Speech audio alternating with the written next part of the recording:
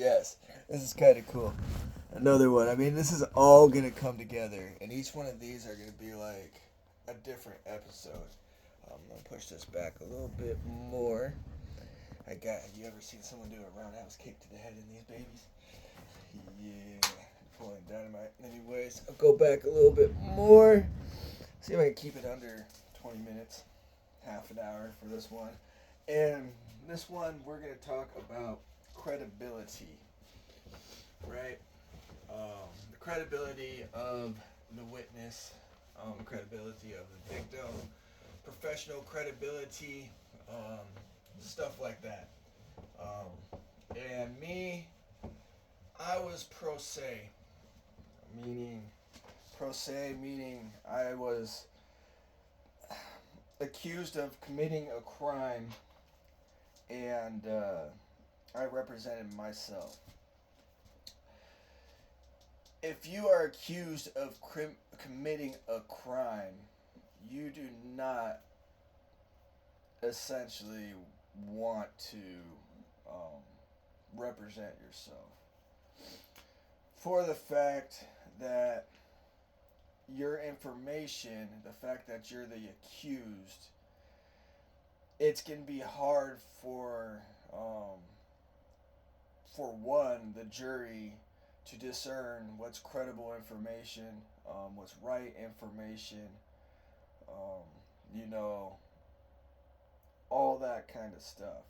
You know, the fact that we are able to stand up for ourselves is great. It's a constitutional right. It's there for reasons of injustice, and that's why I went pro se in the first place. In this, when you go pro se, you ultimately have no defense. Your defense goes into the state because um, the state has to protect the witnesses and their discovery and their information. And so when you get that discovery in your hand, you get the responsibility of the witnesses that are blaming you for actions they're saying you took against them.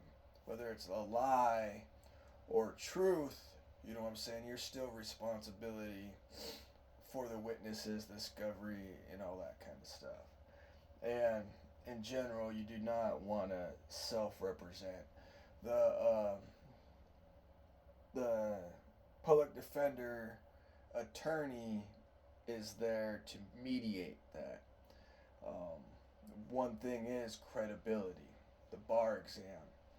Passing the bar exam gives that person credibility for the laws they're talking about, interpretation of laws, rules, and stuff like that, statutes. It gives them the credibility that they've studied it, they've passed an exam, they're continuing to practice in law.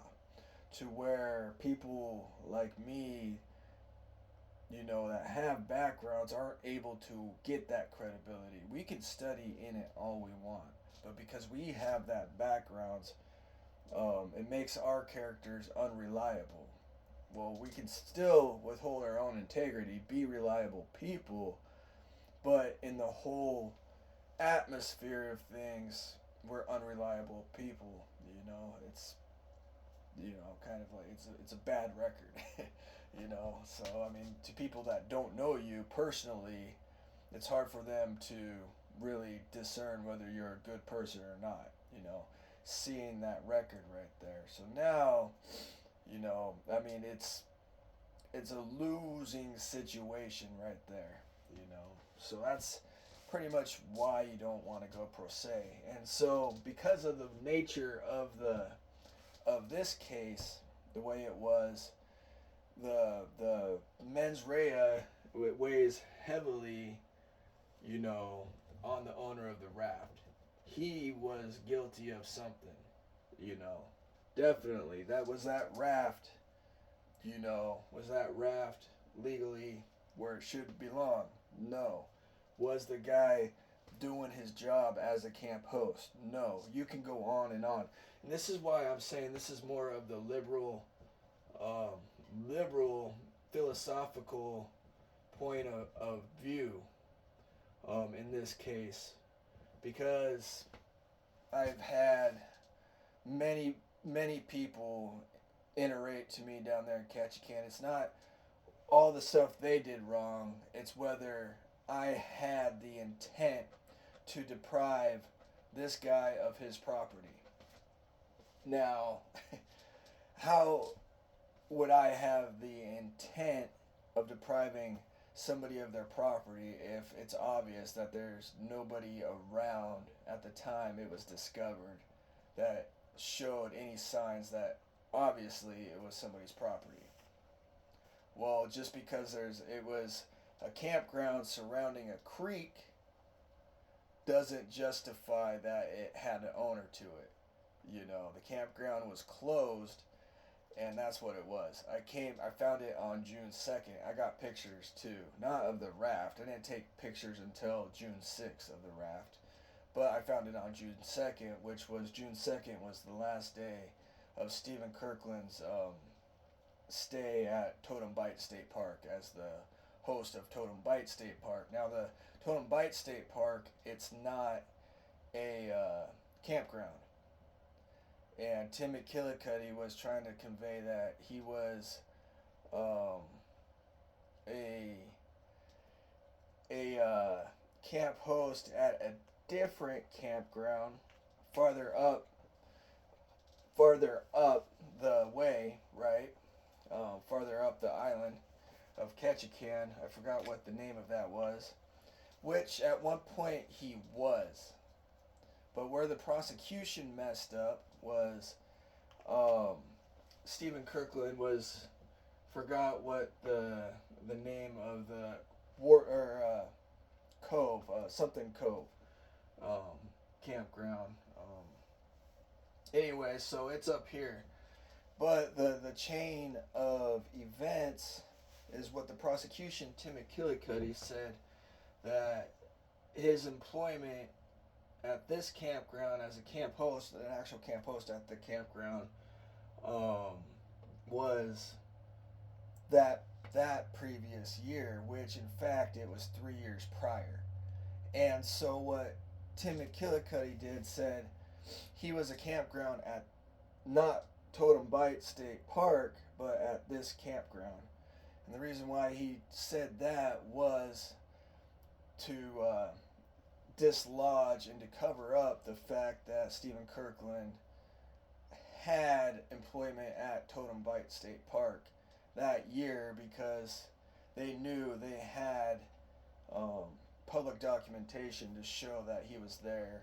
The whole thing about moving and everything like that, which I can prove, it was a cover up for that. I saw when I went through the report and everything and saw what campground they were at. He was campground at.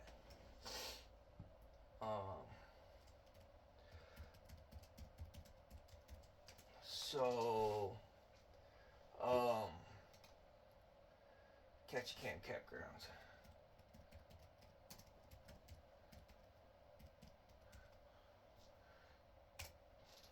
Which one was it? There's Last Chance Campground. It's not Last Chance. Settlers Cove.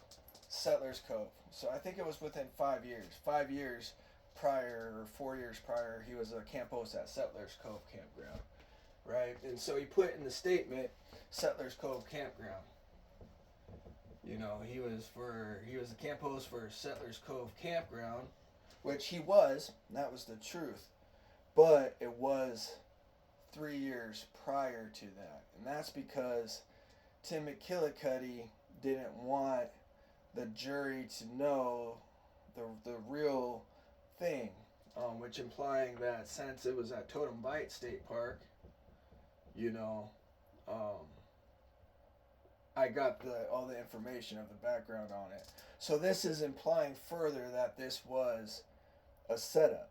You know what I'm saying? This implies further that there was collusion, all that kind of stuff. Whether it happened in the realm of time that I was in Ketchikan, because I flew down there May 29th to start my job as a deckhand on a boat. But I feel that it was set up before, as a setup for Ketchikan theft reporting, um, with the U.S. Forest Department, Penny Richardson, Tim McKillicuddy, Stephen Kirkland, and because they had their own thing going on. The moment I touched down in there, it was like, I was saying it's a small town. It was COVID. They know all that kind of stuff. And all they have to do, someone has to do, is call in a news tip about somebody. And that news tip goes from here to there. Then it goes to task force, from state to federal, everything like that. We'll get into that later. But the way I found that Stephen Kirkland was the camp host at Totem Bite State Park was the address. And I got and so I looked up the address, and it showed Totem Bite State Park. I'm like, why does it show Totem Bite State Park? And I got on my emails Tim McKillicuddy saying Totem Bite State Park, he's saying it was an error done by generating Totem Bite State Park. It was an error by the computer generation. It happens all the time. You know what I'm saying? I still got that email, and it's going to come in the documentary. And that's important because not only it shows that it was computer generated, which goes along with what Elsner was saying. He went to AST and stuff for the information. It was all computer generated. But it's also showing that the whole statement and stuff was pre-made. You know what I'm saying? It was computer generated and stuff like that. And it disqualified, what it does is that whole, Tim McKillicuddy's whole email to me about this address, about Totem Bite State Park, instead of saying it wasn't Totem Bite State Park, well, it wasn't Settlers Cove. That was the misunderstanding.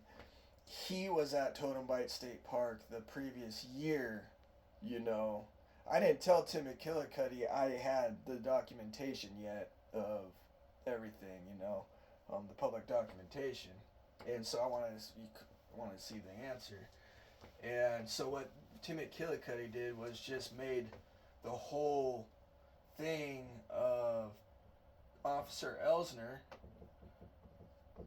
I want to write up here, going down to Ward Creek, Signal Creek, to take a statement. What do police ask to do when they take a statement for somebody in person?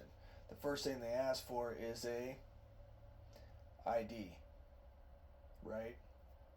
So now what we have here is a failure to communicate. No.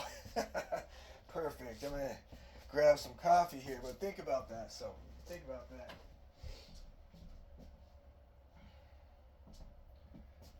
So now what Tim McKillicuddy did just gave me the information that the statement in itself was a falsified statement. It was a Mad Lib, basically, filled in.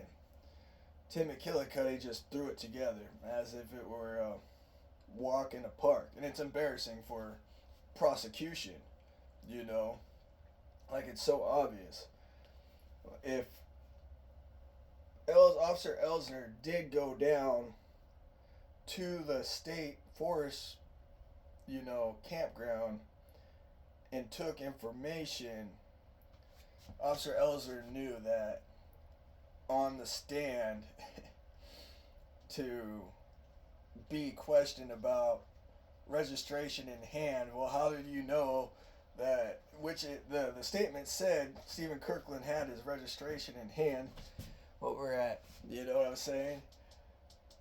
How are you gonna get the numbers mixed up? You know what I'm saying? How how are you gonna explain that? Like, well, you got the registration numbers that are detached from a raft. How are you gonna identify them when they should be on a raft? and they're for a green raft, not for a camouflage raft. Like, how can you make that?